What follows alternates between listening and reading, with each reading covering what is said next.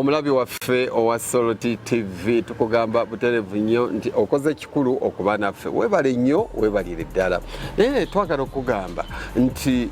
wano eggulo twayogedde ku kutegeka olugendo lwo ng'ogenda. Kakati njagala buterevu nnyo nkulini nnyo tokifaako tukyalinawo ku Soloti TV ebbanga ddene kugamba nti bino byonna bye tukola ebyokutegeka olugendo nti onootegeka wa gy'onooyita yokka nedda kitegeeza nti gwe omaze okutegeka engeri gy'onootambula okwetegeka gwe kennyini okoze ebintu ebyetaagisa ng'omuntu okusobola okuba nga oli simaati mu bantu era nga weetegese okumiitinga abantu ab'enjawulo. Naye ate twagala tukuzeeyoko katono ku kidduka kyo ekyenjawulo kyogenda okuvuga. Ovuga gaali, ogendera ku pikipiki, oba ovuga pikipiki, ovuga motoka ye ya buyonjo, oba ogenda mu passenger vehicle, oba ogenda mu kuvuga loole zirukululana oba bbaasi ennene. Ebidduka ebyo byonna byetaaga okutegekebwa obulungi nga nawe weetegese. Twagala olwaleero tukuweeyo kafomula kano kagenda kuyamba okutegeka ekidduka kyo bulungi nnyo nga tonnaba kitandika. Tujja kayita bubeeyi. Akagambo bubeeyi twagala tukawandiike vertically nga tukawandiika nti BUBEI. Kakati buli nnyukuta eyo egenda kubaako kyetegeeza. Akagambo ako bubeeyi ye fomula egenda okuyamba okukebera ekidduka kyo ebweru waakyo, munda mu bonnet, wansi waakyo, by'olina okuba nabyo emabega kye tuyita emergencies ye buutu. Senga oba nga ofunye obuzibu breakdown, biki by'olina okuba nabyo ebikujja awo wennyini emmotoka weefunidde obuzibu. Tujja kukutuukira munda inside. N'olwekyo oteekwa kumanya ki ng'oyingidde emmotoka yo tonaba kusimbula biki by'olina okukola. N'olwekyo bwe tukomawo tugenda kukumenyera kimu ku kimu. Munna Soloti tofaayo, tuli naawe ebbanga lyonna.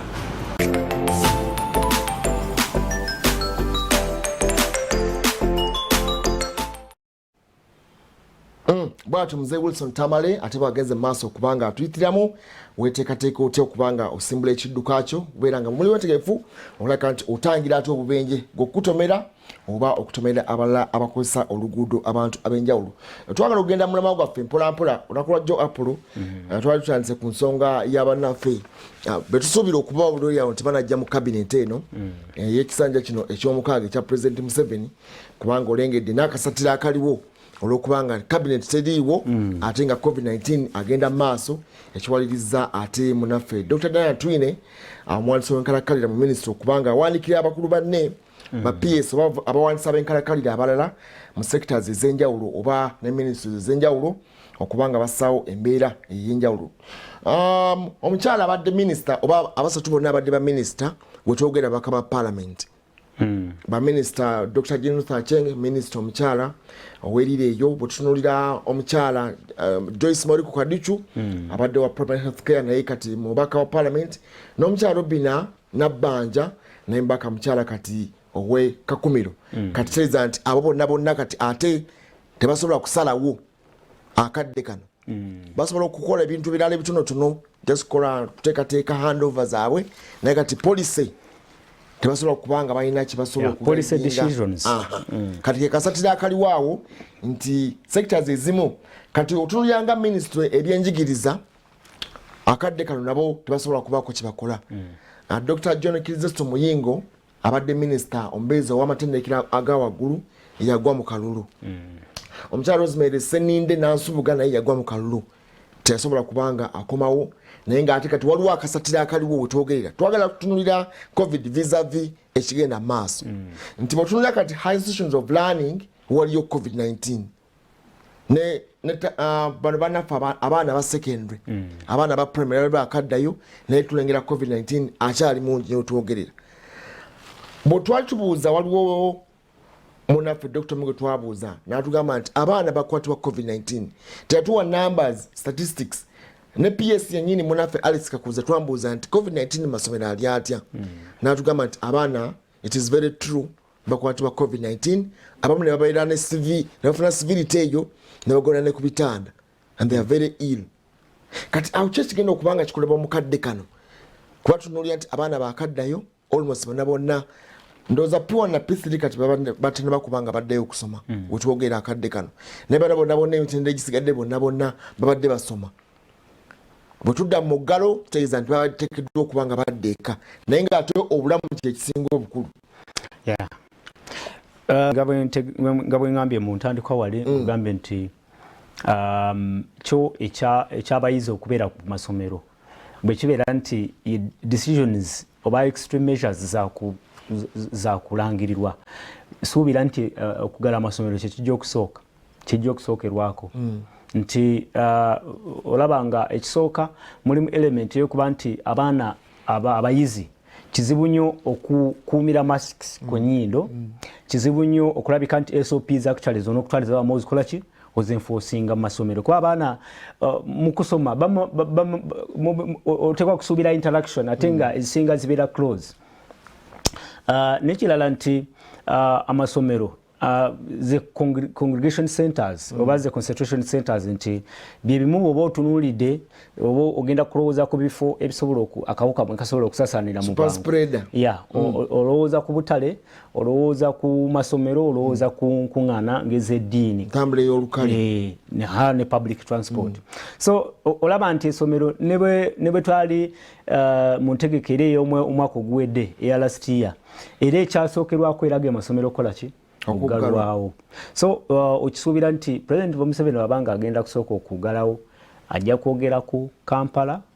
n'amasomo. Wiiki ewedde Makerere University yali etikkira Makerere University ly'ettendekero lya gavumenti ekkulu naye waliwo nnyini we twabeeranga awali omukolo ogw'okutikkira abatono abo abaaleetebwamu mu nteekateeka ya hybrid abalala beereeka abalala bajje naye bano abaasigalanga nga bakyasoma kubanga ettendekero lyaggulawo eri ba first years eri ba continuing students abatali mu nteekateeka ya kutikkirwa naye ng'olengera waliwo tuliwo waliwoko enteekateeka ya okugoberera ebiragiro naye ng'ate no mu bayizi abalala nga bali byabwe mu kiraasi bali byabwe compound bali byabwe. Kyekyo kye ŋŋambye nti kyangu nnyo babayizi the nature of learning ebeera twamanyira nnyo eno environment yokukola ki ey'okuinteractinga freely. So abamu bakikola mu butamanya kijja by default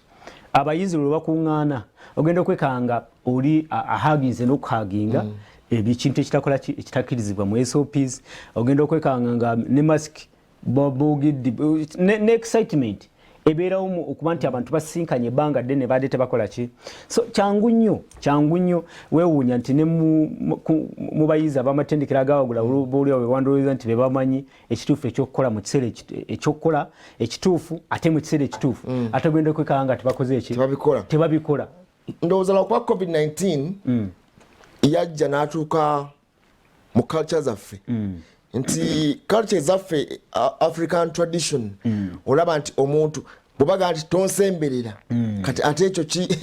ya opposite ya culture nti omuntu bwega tonsemberera naye nga tukimanyi kikontana ne kiri kye tumanyidde kibadde mu okudevietinga ku noomu emanyiddwa nti omuntu okumulaga nti omwagadde otegenda kumusemberera oteekwa kumuhaginga oteekwa mukwata mu ngalo mu shaking hands kati ate negamba byonna tobikola.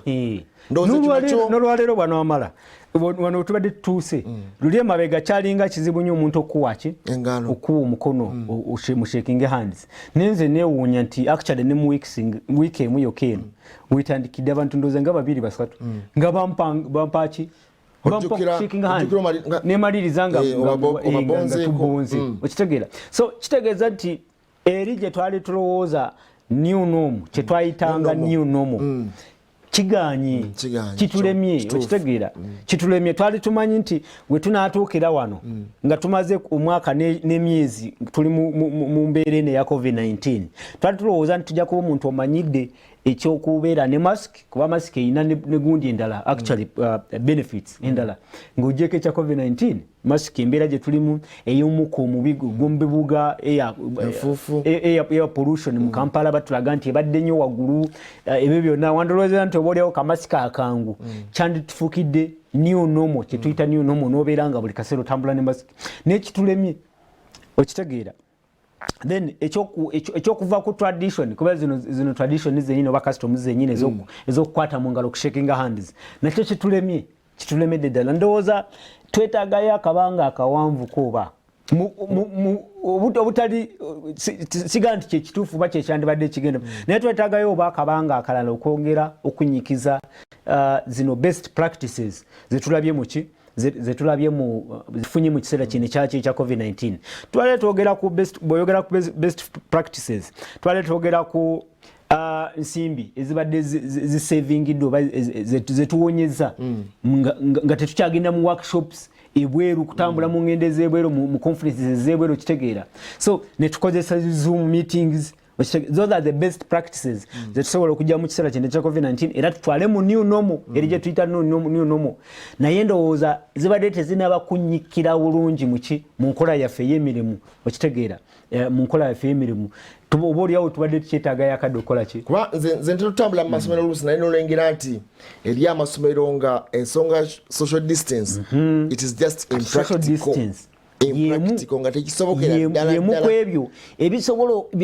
genda okulwawo okukola ki okwapreciatinga nti tubadde tumanyidde nga bwogamba nti bwe tutuuka awantu oyagala omuntu omusemberere mwogere okitegeera mwogere nga mulireganye naye ate new normal kyeyeetaaga oba kyetusaba kwegamba nti bwana Muhammad nizijukire ne bwebanga covid oba agenze oba tanabagenda tubeere nga tujjukira nti wakiri walina okubaawo mita meka mita 3 mita 3 mu masomero kyagaana ne basawo wakiri zibeere ne kambuuze bwana basawo wakiri ebeereemu kambuuze wamala obubaga obutonotono n'enkuŋŋaana z'ogenzeemu okukavalinga kale olabye nga 3 mita zibadde zikyawera genda bugenzi ekyadde ku City Hall nga balayira actually mbadde saagala kulifalinga ku mukolo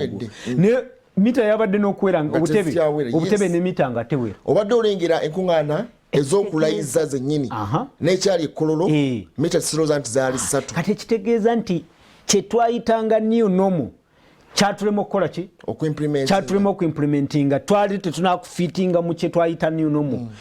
okubeera nga buli kaseera weejjukiza nti nedda bwe mba nga ngenda kutegeka omukolo nteeka kulekawo at least mita 2 oba 3 mita bawazivaako nebaga as long as kale otaddeko mask musobola okusembera oba olyawo mpolampola naye nekigaana naye otuna abantu abo nti ate bo tebaagala mask mulimu abantu abalina ebizibu ebyabwe dabayo wanoomala twogere ku bibeerero enkuŋŋaana zino zetubadde tugenda mu kaseera kano wetutuukidde wano nga ne babanga ogambye ekya masiki nti enkuŋŋaana oyinza okendeza ku distance then ne muteekako masiki ne mugenda okubeera mu lukuŋŋaana okumala okutuula awamu eddakiika 30 ng'oli masiki yagitadde dda wansi kalevu n'abamu baaziggyeko dda nga ziriwa nga kitwala ali ku muzindaalo okuddamu bakikiza bannaffe mubeere nga mwambale masiki okitegeera kitegeeza nti bibadde bigaanye oba oli awo bibadde bikyagaanye tukoze tutya kati awo ekyokukola ndowooza kyekye twayogeddeko ku ntandikwa nze nkyogedde ku ntandikwa naye nga nti abatutwala oba muluddewo nti mulinga abaluddewo omuggalo sisaba muggalo naye nsaba nti ebitonotono ebisookerwako nga mu public transport tutandike okulaba ki enforcement abantu bwe baogera ku 50%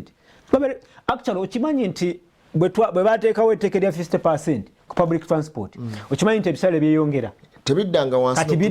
byaddayoko wansi ekitegeeza nti bannanyini motoka bakulaga nti batwala full capacity nate bakyali ku bisale half capacity bakyafunamu mu directives oba SOPs ezateekebwawo naye nga tebazenforcing.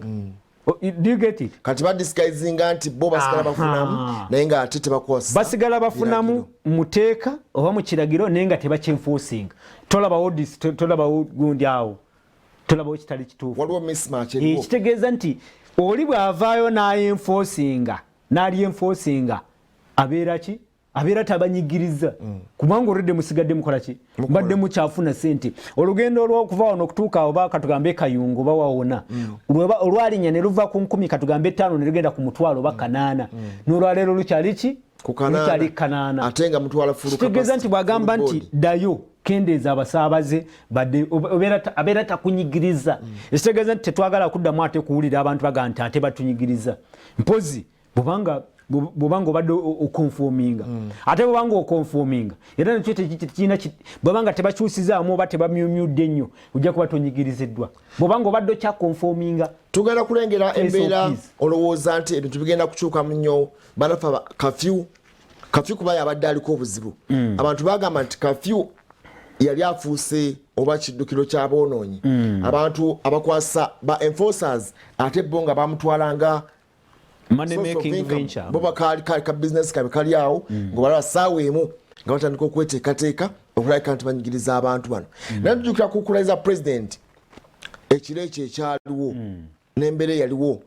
kikyasobola okwenforcinga kafyu latter nze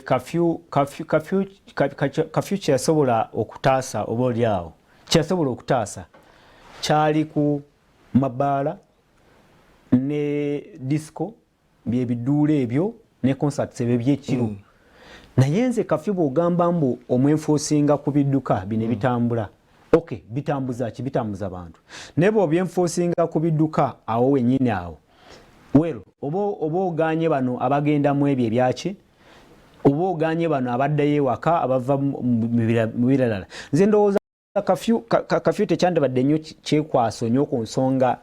kuba kibadde tekikyali nnyo ku COVID-19 nakyogerako wano naye nga nti nze kafyu sikyalaba nti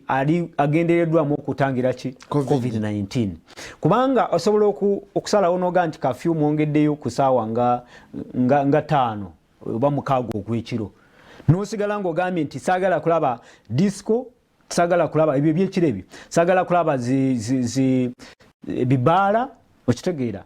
ebyekiro ebyo n'abantu ne basigala nga bakola mpola esensi ya kafyu yali kimu okusookera ddala kuba president yassawo ensonga lwaki yamusaawo esensi ya kafyu yali yakuziyiza abantu abo batambula ekiro nga bagenda mu bintu ebyo ebyekiro ebyo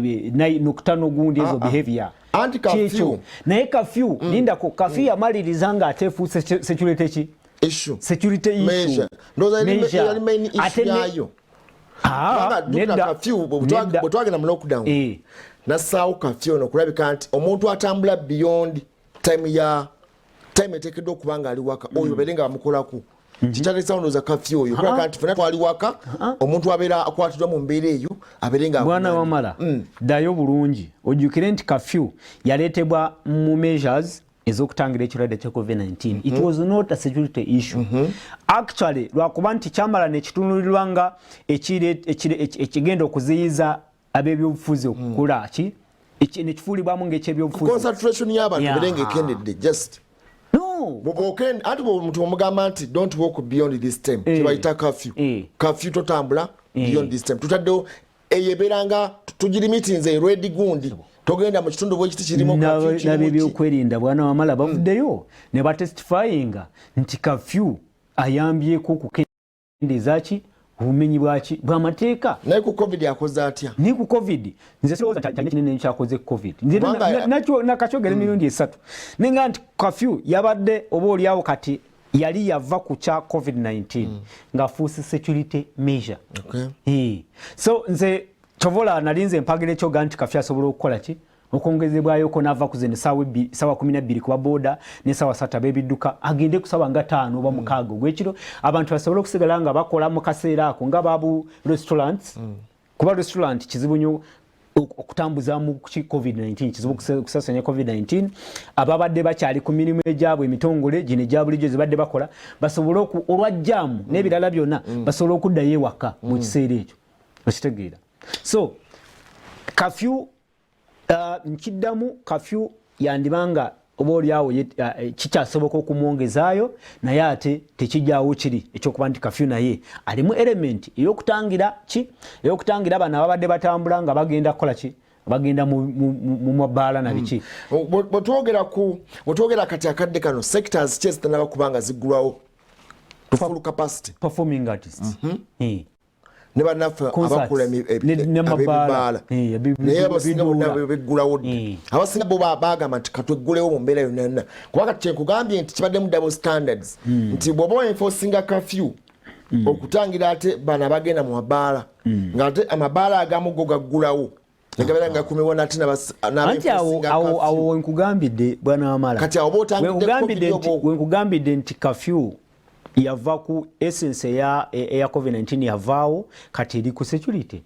nti bw'obanga oenforcinga kafyu ate amabaala agamu ne gasigala mutusonyiwa bannaffe kugera ku mabaala wano n'ekyo ekituufu kyekiriwo nti amabaala nabimu ebyo bisigala nga ne bibanga bikola mu kiseera ekya kafyu ate obeera olaga nti ki it's not about COVID-19 it's about either security oba money making yes yeah that was it yali undoing the biggest undoing eyachi eya kafyu anyhow embeera yeeyo tulabika nga tutambula mpolampola naye ng'ekigenda mu maaso twagala nti olwaleero abakulu bagenda kutuula balabe nga basalawo n'okuwabula pulezidenti ku kiyinza okuba nga kikolebwa olw'emiwendo gye tukusomedde nti abantu 359 bannayuganda wetwogerera okubeera ddala mu mwaka oguwedde ng'ennaku z'omwezi 22 omwezi ogwokusatu bwe twagenda mu muggalo ogwasookera ddala n'okutuuka olunaku olwajjo be bakafa ekirwadde ekya COVID-19 abantu 1,482 balwadde aba COVID-19 kitegeeza nti abantu nga 521 these are cases abali ku bitanda abateesobola abali mu mbeera enzibu ennyo twebuuza nti ensonga eya new normal erabika nga enaasoboka new normal eringanga eganye abantu babagamba baddemu bakole mu mbeera ey'okutangira COVID-19 new normal kyategeeza nti twali tulina okuddamu obulamu obupya mu mbeera ey'okutambula ne COVID-19 tetumanyi COVID-19 wagenda kubeera nga aggwera ddala mu nsi ekitongole ky'ebyobulamu mu nsi yonna kirina okukola declaration nti COVID aweddeyo naye tukyatambula naye ate ebiriwo biraga nti birimu obunkenke olw'okuba nti akadde konna oba oliawo abakulu bandisalawo okuggalawo oba okuzza mu muggalo ebitundu ebimu naddala Kampala kubanga ye epicenter ate nga ye central business district oba oliawo erimu abantu abangi Kampala olunaku eyinza obbanga ebeeramu abantu obukadde nga between bukadde 3 ku bukadde 5 abasiiba mu kibuga abakikoleramu n'abakisulamu ogatta omuwendo gwonna just imagine concentration eyo nayo nanga bagigane toddamu kujja Kampala mujjukira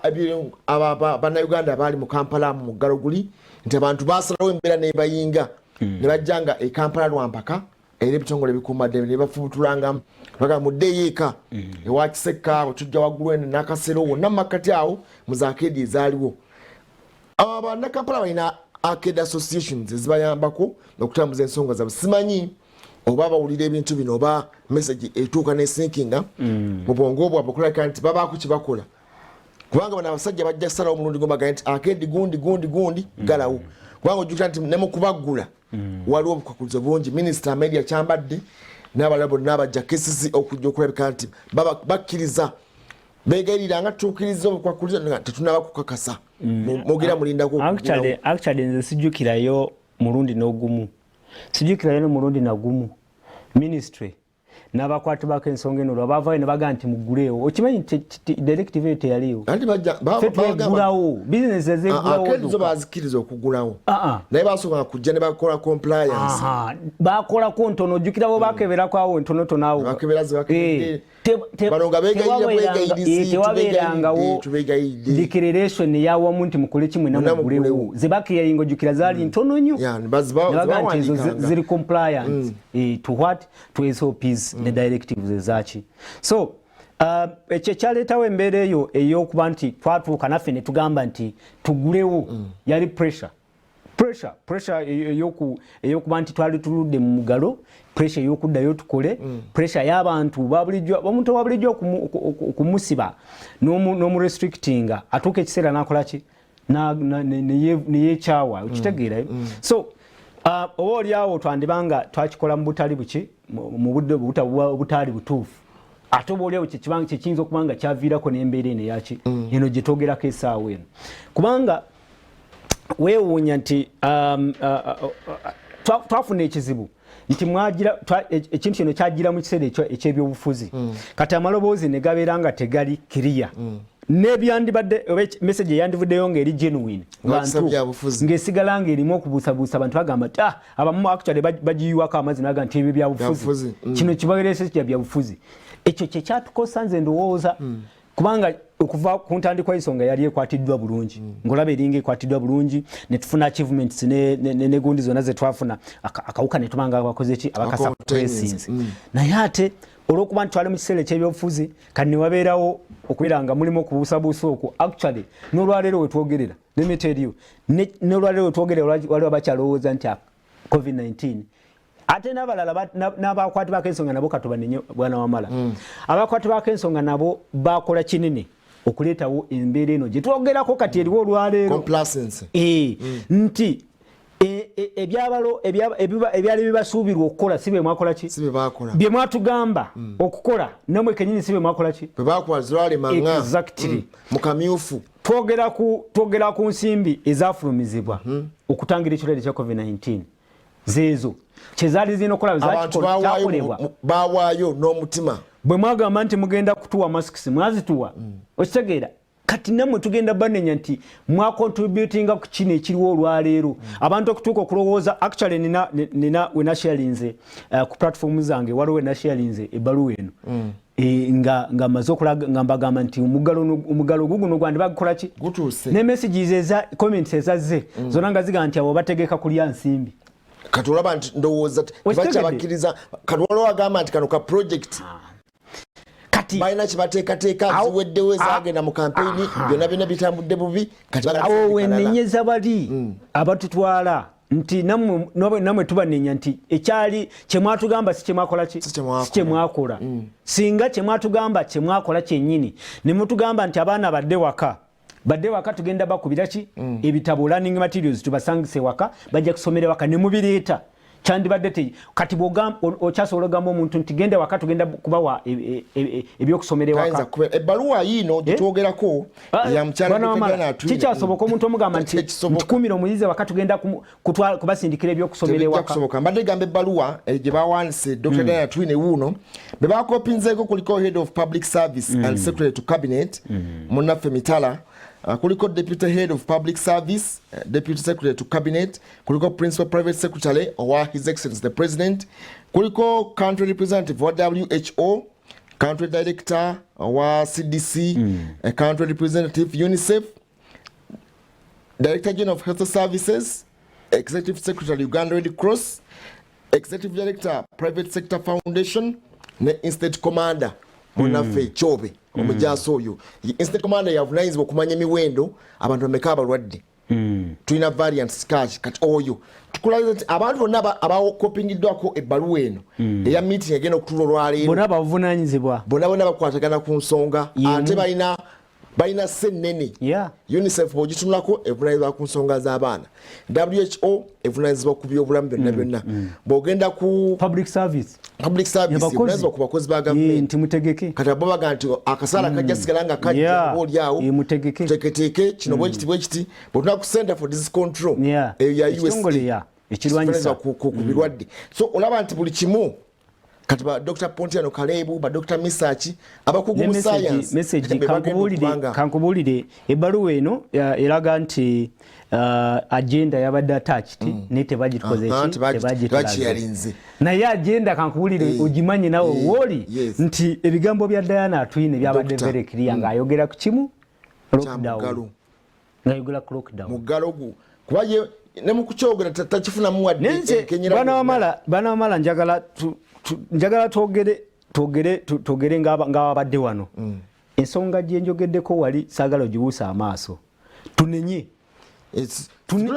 tunenye bano bennyini abali mu nsonga eno Oweekitiibwa Diana Twine ne ttiimu yonna eya COVID task force tubanenye Oweekitiibwa Prime Minister tubanenye nti olwaleero bw'onoolangirira lockdown ogambe bannayuganda nti mugende waka tujja bbawo emmere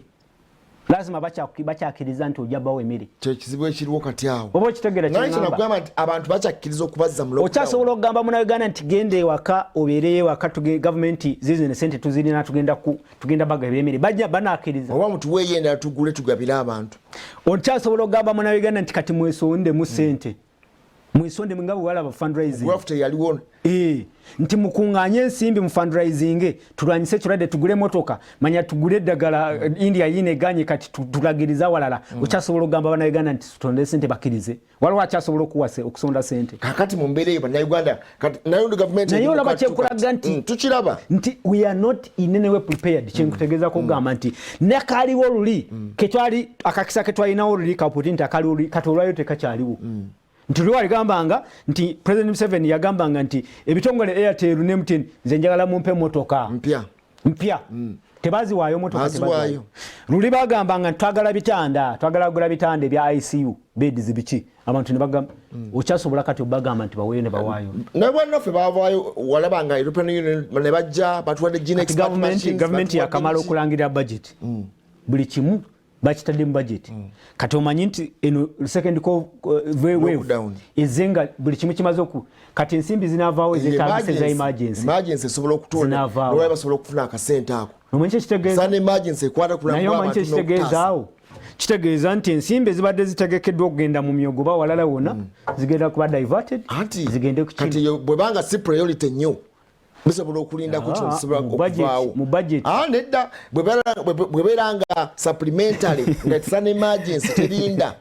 mu budget kugamba nti kakati priority ya budgeting nayo yanibadde ng'etunuddwamu nogamba nti COVID-19 yali akyali twakola netugamba nti kati watunulira budget ya parliament n'entambuza yaabwe y'emirimu nogamba nti bano babongedde sente zino bagenda kutambulawa babadde nga ku Zoom babadde nga ku buli kimu naye bw'olengera appropriation yagenda ku budget rather ku parliament nga nyingi emmotoka ezaabwe babaka bw'otunulira parliamentary commission yennyini ensimbi ze beewa nga nazo nyingiko kati awo nogamba nti emergency abasawo ne priority ziri luddawa abasawo babadde beekalakaasa juzi abasawo n'abasawo ne babawaako ensimbi zadde ndooza badde baagala biliyoni 7 zadde 7 ne babawaako 44 ekitundu tu ne babawako akatundu ekitegeeza nti nsimbi tezikoze eki tebaziraba tezirimu mu bajeti banoonya bwe bati bakungakunganya kati yeddairema eriwo abakamala okulayira bawoominga okufuna motoka okufuna obukadde obwo bibiri ono bagamba nti mulindeko annache government priority liddawo mu kino katolaba obusungu it is about life and death okuvaawo kiri kubulamu na kufa kubanga bona ogamba ku motoka ebiri ngate bogenda okukikira bafa ndowooza naawe oteekeddwa okubanga ofunamuko ak'obuntu obaolyawo budget kasita yayisiddwa bweti balina kunoonya wonna kasita budget yayisiddwa bweti kati waliwo ababadde bamaze okuwuminga n'actually n'abamu bamaze okusayininga okwaprovinga nti ekyo kiwedde kati tugenda kukola ki tugenda mbadde nkugamba ddairema eriwo kati nti ekintu bakikwata buli mu kusooka ne bitambula nga byatambula Bannayuganda badde bazzeemu okwekubako enfuufu beeyiza abala baafa mu mbeera ey'omuggalo ogwasooka ayinza okuba nga teyafa direct COVID-19 naye ng'embeera eyekuusa ku COVID-19 oba ey'omuggalo tasobola kutuuka mu ddwaliro mwalimu abalina akawuka akamukenenya tasobola kufuna mpekeze zimubeezaawo n'aba nga yafa mu mbeera eyo kati abo baali bangi abaafa mu mbeera eyo etaali direct nti afudde COVID-19 kati abantu ne baddawo atasobola kufuna mmere atasobola kutambula mu mbeera eyo n'afa katwa omuggalo guno gubindabinda kati no nsaasidde naye nsaasiddeyo gurupu emu simanyi oba nawe muuli oba nange mwendi gurupu eyagaana okufuna empiso ey'okwegema ekirwadde mwami Martin Matumbwe simanyi kubanga esaawa etuuse oba kale sikisabirira kuba kiddira eri sikyagala kikole ki naye esaawa egenda kutuuka nga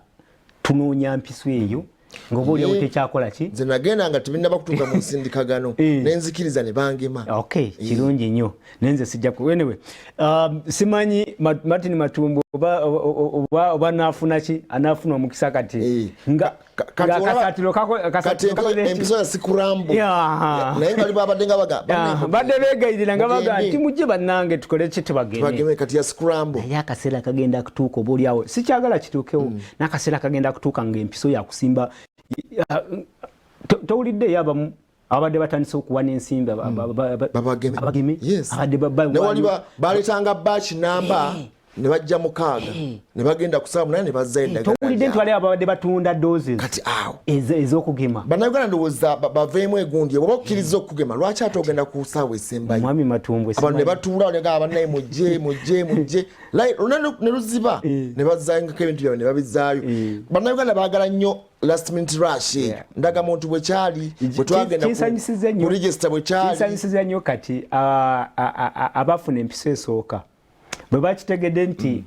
India yakoze ki yaganye okukola ki okuddamu okutuwa nayo eddagala balitunuuliza okutaasa abaabwe kati badduka speed abafuna empisa eyasooka badduka speed okola ki okufuna eyokubiri nga beewala kiri ekyoga nti akaseera kajja kutuuka ng'eddagala terikoze ki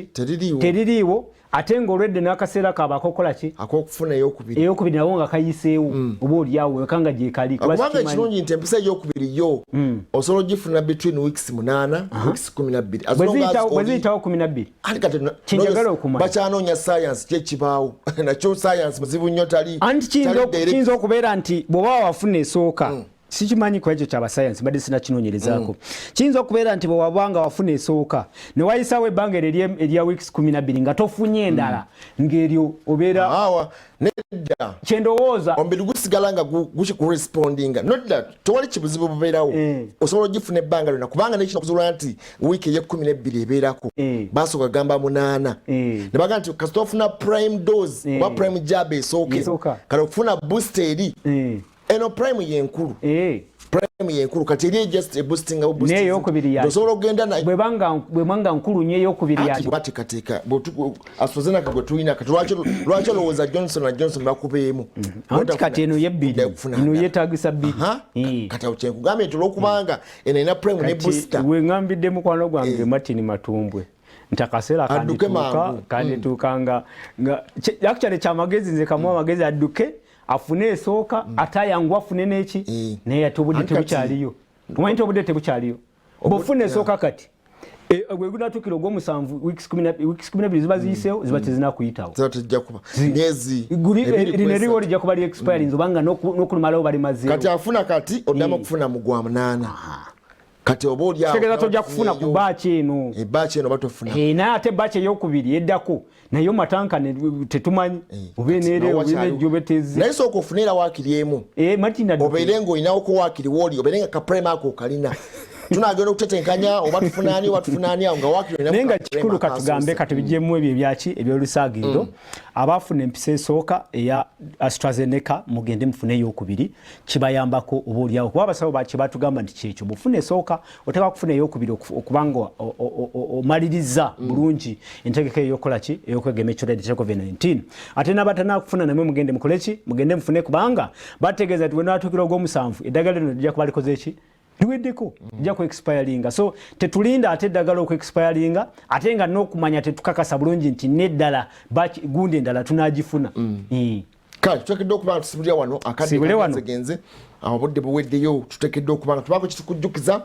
gwe munnayuganda naye nga tetugenda okukujjukiza era tugenda kukujjukiza ntandikwa eya COVID-19 tugenda kuweereza bye twayogerako ne Profesa Pontiano Kalebu yakulira ekitongole kya Uganda Virus Research Institute entebe eyo ono virologist mukugu nnyo mu kunoonyeza ku birwadde ebyo era agenda maaso okutubuulira COVID yatandika atya era enteekateeka yonna eri twagala obbagaza akaseera akalungi naye nga tubagamba tuddeyo tujje emmundu zaffe mask tuzambale bwatolina mugaso nnyo gukutwala mu lukuŋŋaano lw'amaanyi oba olukale tugendayo yambala mask naaba mu ngalo sanitizer akubeere kumpi bantu boteeka akasa bulungi tugendayo twagala obbagaza akaseera akalungi naye nga tugamba katukujjukize Profesa Pontiano Kalebu ku nsonga eya COVID-19 tudde mu lwanca mbeere bulungi